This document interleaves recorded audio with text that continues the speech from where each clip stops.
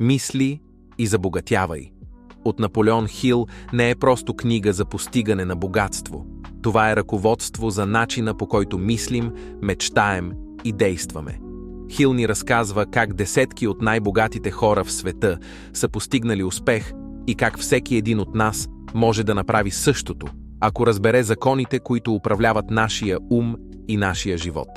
Представете си, вие стоите на върха на планина, а около вас се разпростира свят, пълен с безкрайни възможности. Тази планина не е нищо друго, освен вашето собствено съзнание, и всяка стъпка нагоре е стъпка към постигането на вашите мечти. Хил ви кани да предприемете това пътуване, което започва с силата на вашите мисли. В началото на всичко стои желанието. Това не е обикновено желание, като например да искате нов телефон или да мечтаете за почивка. Не, това е силно, неудържимо желание, което изгаря във вас като пламък и не ви дава мира. Хил ни напомня, че всяко голямо постижение е започнало с такова желание. Историята на Едуин е вдъхновяващ пример за това. Той мечтаял да работи с Томас Едисън. Не разполагал с пари, нямал специални умения, но това не го спряло.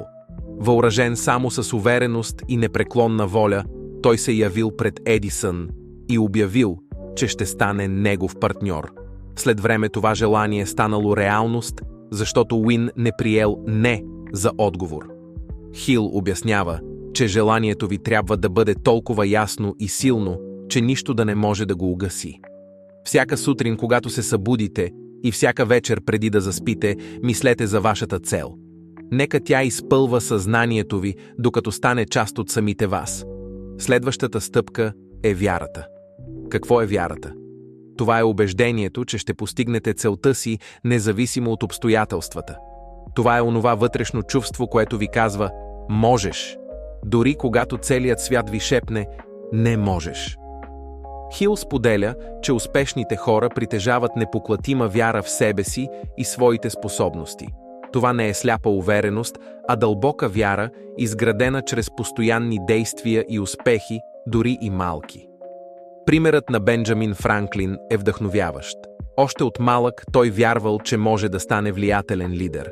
Въпреки че бил беден и нямал специално образование, неговата вяра го издигнала до един от най-важните хора в историята на САЩ.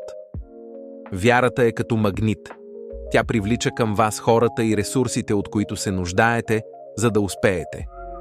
Една от най-влиятелните идеи в книгата е силата на автосугестията.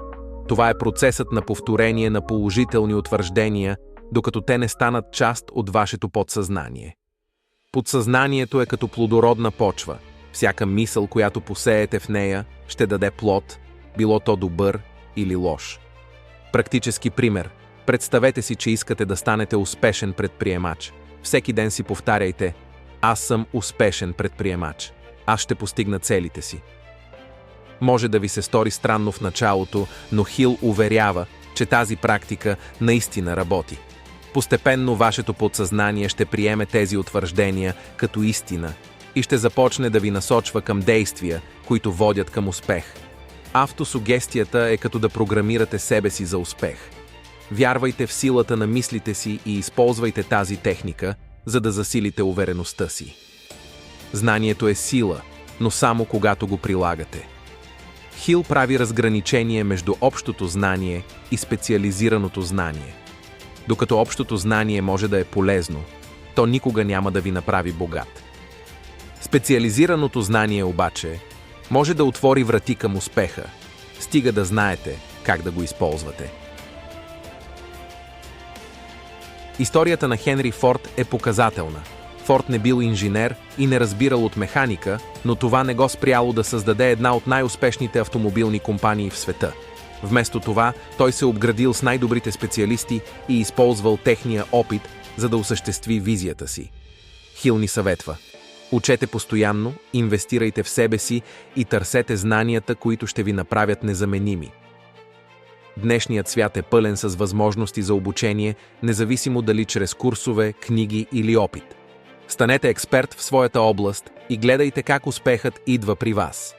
Въображението е работилницата на ума, казва Хил.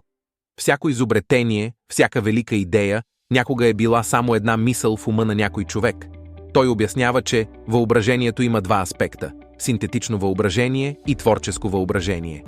Синтетично въображение е способността да комбинираме съществуващи идеи по нов начин.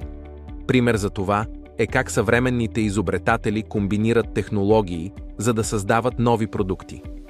Творческо въображение е когато получаваме вдъхновение и идеи, които изглежда идват от нищото. Тази част от въображението е като дар, който ни позволява да виждаме неща, които другите не виждат. Хил разказва как братята Райт използвали своето въображение, за да създадат първия летящ самолет, въпреки че всички около тях вярвали, че това е невъзможно. Тяхната история показва, че въображението може да промени света. След като сте си поставили цел и сте разпалили желанието си, следващата стъпка е да направите план. Хил е категоричен. Без организирано планиране, вашето желание остава само мечта. Трябва да знаете как ще стигнете до там, където искате да бъдете. Той препоръчва да се обградите с хора, които могат да ви помогнат да осъществите визията си. Това е вашата група на ума, вашите съветници и партньори. Няма значение колко сте способни сами. Всеки успешен човек разчита на подкрепата на екип. Пример. Андрю Карнеги, един от най-богатите хора в историята, приписва успеха си на своя екип. Той казва: „Моят успех е резултат от ума на стотици хора, които работеха заедно с мен“. Решителността е важна характеристика на всички успешни хора. Хил отбелязва, че хората, които постигат успех, вземат решения бързо и твърдо и не променят мнението си лесно. Те действат уверено и последователно. Историята на Томас Едисън е красноречив пример. Когато той решил да изобрети електрическата крушка, се сблъскал с хиляди неуспехи, но никога не се отказал и накрая успял. Едисън казва: „Не съм се провалил 10 000 пъти, просто открих 10 000 начина, които не работят“. Хил ни напомня, че хората, които вземат решения лесно, често се отказват бързо. Успехът изисква непоколебимост и готовност да продължим, дори когато срещнем трудности. Една от най-важните глави в книгата е посветена на упоритостта. Това е способността да продължиш напред, дори когато се сблъскаш с пречки. Хил подчертава, че много хора се провалят, защото се отказват твърде лесно. Историята на Дарби и златната мина е известен пример. Дарби и неговия чичо копали злато, но когато жилата изчезнала, се отказали и продали оборудването си. Новият собственик на мината наел експерти, които открили злато само на 3 стъпки разстояние.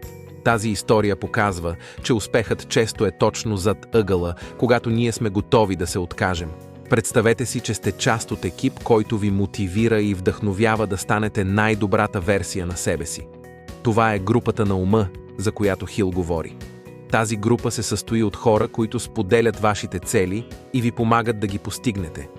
Когато събирате хора с различни умения и знания, получавате колективна мъдрост, която ви тласка напред. Примерът на Андрю Карнеги е впечатляващ. Той казва, че без своята група от експерти не би могъл да изгради своята стоманена империя. Карнеги събира около себе си хора, които са най-добрите в своята област и така успява да стане един от най-богатите хора в историята. Хил обяснява, че силата на групата на ума е като да съберете няколко акумулатора. Когато са свързани заедно, те произвеждат много по-голям заряд. Той ни съветва да се обградим с хора, които ни вдъхновяват и подкрепят, защото те ще бъдат катализатор за нашия успех.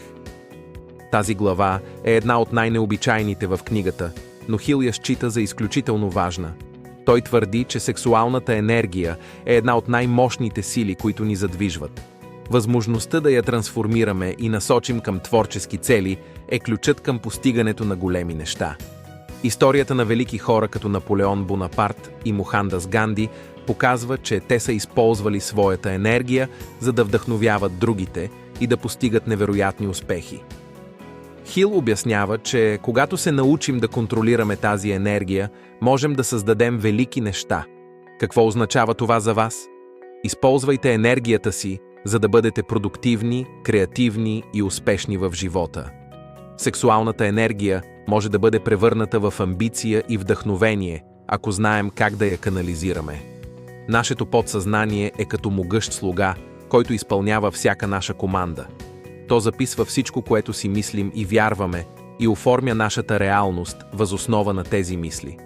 Хил ни учи, че трябва да подхранваме подсъзнанието си с позитивни мисли и идеи, защото то е това, което ни води към успех или неуспех. Как работи подсъзнанието? Представете си, че всеки ден казвате на себе си: «Аз съм неспособен». С времето подсъзнанието ви приема това за истина и започва да ви саботира. Но ако си казвате: «Аз мога и ще успея», то ще намери начин да ви помогне. Хил препоръчва да медитираме и да се фокусираме върху нашите цели. Той ни напомня, че подсъзнанието е винаги активно, дори когато спим. И за това трябва да внимаваме какво му подаваме. Положителните утвърждения и визуализации могат да променят нашия живот. Нашият мозък е като радиопредавател, който изпраща и приема вибрации на мисли. Хил вярва, че мислите имат вибрационна честота и че ние можем да се настроим на честотата на успеха. Той обяснява, че хората, които мислят позитивно и вярват в успеха, привличат съмишленици и възможности. Връзката между мозъка и подсъзнанието е силна. Когато мислим целенасочено, ние изпращаме сигнали към Вселената и привличаме хора и събития, които съответстват на тези мисли. Затова е толкова важно да сме внимателни с това, което мислим. Хил подчертава значението на Тенар, група на ума, и как мозъкът ни може да се настрои на честотата на другите хора в групата. Това означава, че ако сте заобиколени от хора, които мислят позитивно и вярват в успеха, вашият мозък също ще започне да се настройва на тази честота. Последната глава е посветена на шестото чувство, което Хил описва като вътрешен глас или интуиция. Това е способността да знаем нещо, без да го разбираме напълно.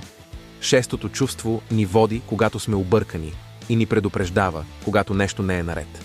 Хил вярва, че шестото чувство се развива с времето, когато следваме всички принципи, описани в книгата. Той споделя истории на хора, които са се доверили на интуицията си и са успели, когато всички други са се провалили. Как можем да развием шестото си чувство? Хил препоръчва медитация и саморефлексия. Той казва, че когато се научим да слушаме вътрешния си глас, ще бъдем по-добре подготвени за всяко предизвикателство, което животът ни поднася. «Мисли и забогатявай» е книга, която вдъхновява милиони хора по света да повярват в себе си и да се стремят към по-добър живот. Хил ни учи, че успехът не е въпрос на късмет или случайност.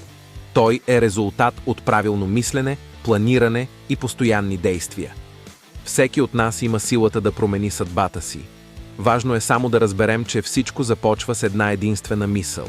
Мислете позитивно, вярвайте в себе си и никога не се отказвайте.